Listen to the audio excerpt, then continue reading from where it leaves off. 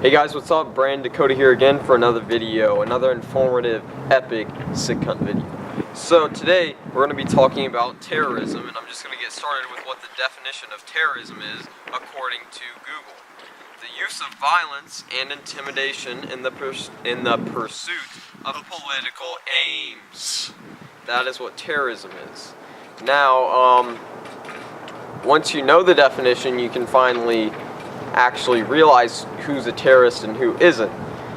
And of course the Islamic extremists who fucking bomb planes and shit, they're terrorists, yes, because of political aims, mostly religious aims actually, right, which is a type of political aim, I guess you could say. They use violence and intimidation to achieve the things that they want. And,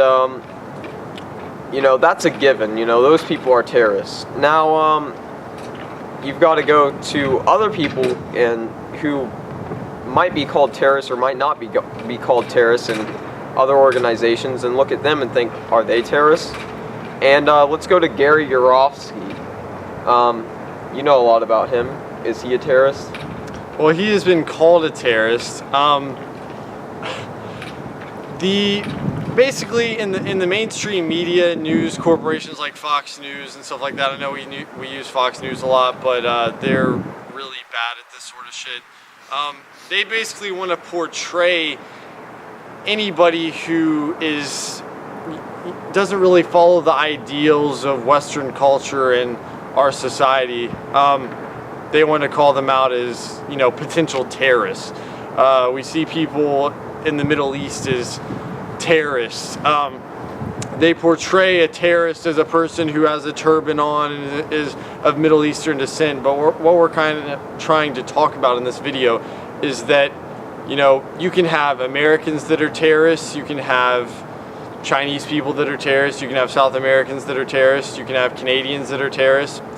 You don't have to be of a certain religion or ethnicity to blow shit up. So that's what we're kind of, or intimidate people. Like let's think of an organization. I have one on my mind. An organization that uses intimidation for its own political agenda.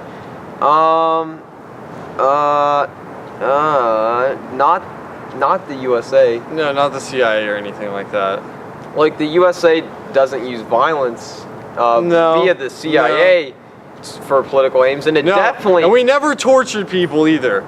And it definitely doesn't use intimidation for political aims, because that would mean that they'd be like putting economic sanctions and intimidating people with sanctions for creating nuclear programs that give them energy. I mean, our country doesn't do that because we're Americans, and our country is the best country in the world. And our country's fucking great. Yeah.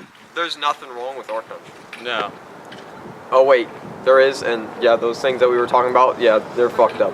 So, yeah, the U.S. uses intimidation and violence for political aims. But they don't want you to know about that.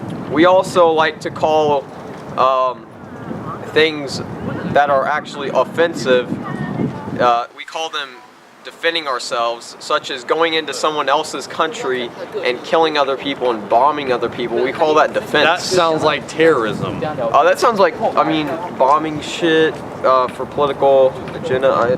That's terrorism. You have these acts in France and stuff like that. In Australia, people putting bombs in subways, people killing cartoon creators and stuff like that, and those are just random acts of terrorism. One might be able to debate that the U.S.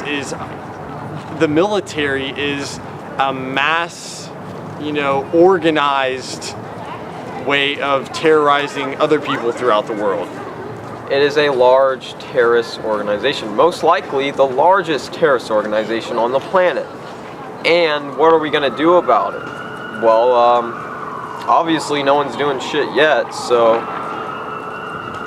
What can we do, Dakota? I don't know. What can we do? Well, we can stop listening to people like Fox News who want to tell us a whole bunch of bullshit. And they want to portray anybody in the Middle East, you know, as a bad person. What I have a problem with what I heard on Fox News the other day. There was a woman on there, and I don't know her name, but she was just ridiculous. We were watching a video on Russell Brand, and he was talking about this. We don't remember her name. Some lady on Fox News, and her solution to this problem of terrorism is to bomb other people. She said bomb them, shit out of them. bomb them, and bomb them. And is that really effective? I mean, does that stop people from wanting to bomb us? Right. I don't think so. I think when you use fire, it's using the same ideals that the terrorists are using. You know, don't fight fire with fire. We don't fight terrorism with terrorism. Go with Gandhi's fucking approach. Be peaceful. You know, you don't have to go up and blow the shit out of people up more than they're blowing our shit up just to stop terrorism. That doesn't stop terrorism. That creates more terrorism. It just creates more terrorism. I mean, it's funny, like, before we were bombing other countries, before we started bombing other countries, there really weren't that many terrorists, you know, coming into the country. They weren't flying planes into our fucking buildings. They weren't bombing fucking public transportation. But I think once around the time we started, you know, bombing other people and, you know, going into other people's countries and killing them, and that seems like when terrorism kind of started coming into our country as a problem that we started noticing. And another funny thing is that during the Cold War between Russia and the United States back in the, you know, 80s, late 80s, 90s, whenever it was exactly,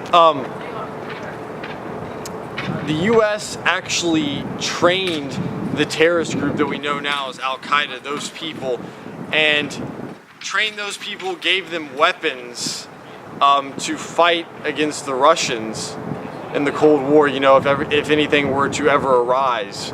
And then once the Cold War was over, we were kind of like, you know, fuck it, and we left Al-Qaeda and those terrorist groups with the terrorist groups as we see them now, with nothing, and we kind of just left, and now we see them as just terrorists and we're trying to take them out. But we utilized them before, and now we just kind of left them on the back burner, and you know, we're like, fuck you guys, we're just gonna blow your shit up now.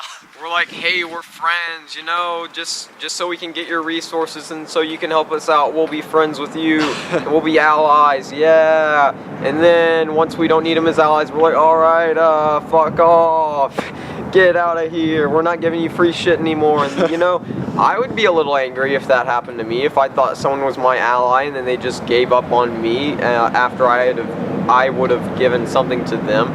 You know, you think once you create a relationship with someone, you try to continue that, but I guess that's what the United States doesn't do. No, but unless the country's big enough to have a gigantic impact, like the United Kingdom or Israel. You know, they have big militaries, they can, you know, blow shit up pretty well, and that's why we're allies with them pretty much. And the only reason we're not allies with, you know, China and Russia, I mean, they can blow shit up real well too, but the thing is, they have different ideologies, so we can't be allies. You know, that's our reasoning. You know, we can't get along. We can't get along with people who have different ideologies. Like, if you're a communist, that means we have to go to war with you. You can't just have fun, you know, trying out your new political system, your new economic system.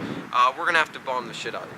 Thanks for watching. Please like the video. Subscribe. Make sure to subscribe. Share the video. Subscribe.